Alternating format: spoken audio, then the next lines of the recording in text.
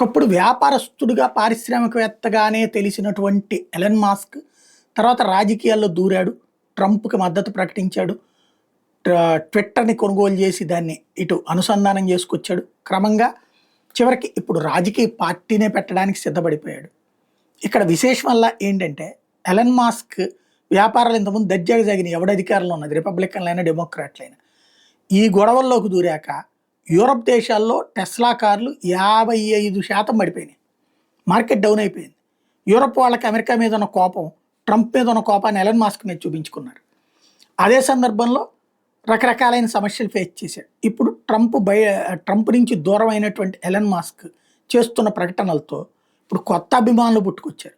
At the same time కొత్త శత్రువులు పుట్టుకొచ్చారు. ట్రంపే శత్రువు అవుతున్నాడు.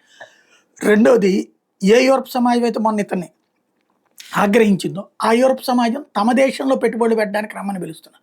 రష్యా అయితే ఏకంగా మా దేశంలో సెటిల్ అయిపోదు కానీ రమ్మనమని పిలుస్తోంది. ట్రంప్ ప్రత్యర్థులు లేదా ట్రంప్ని తొక్కాలనుకునే వాళ్ళు ఇప్పుడు ఎలన్ మాస్క్కి రెడ్ కార్పెట్ పరచడానికి సిద్ధపడుతున్నారు.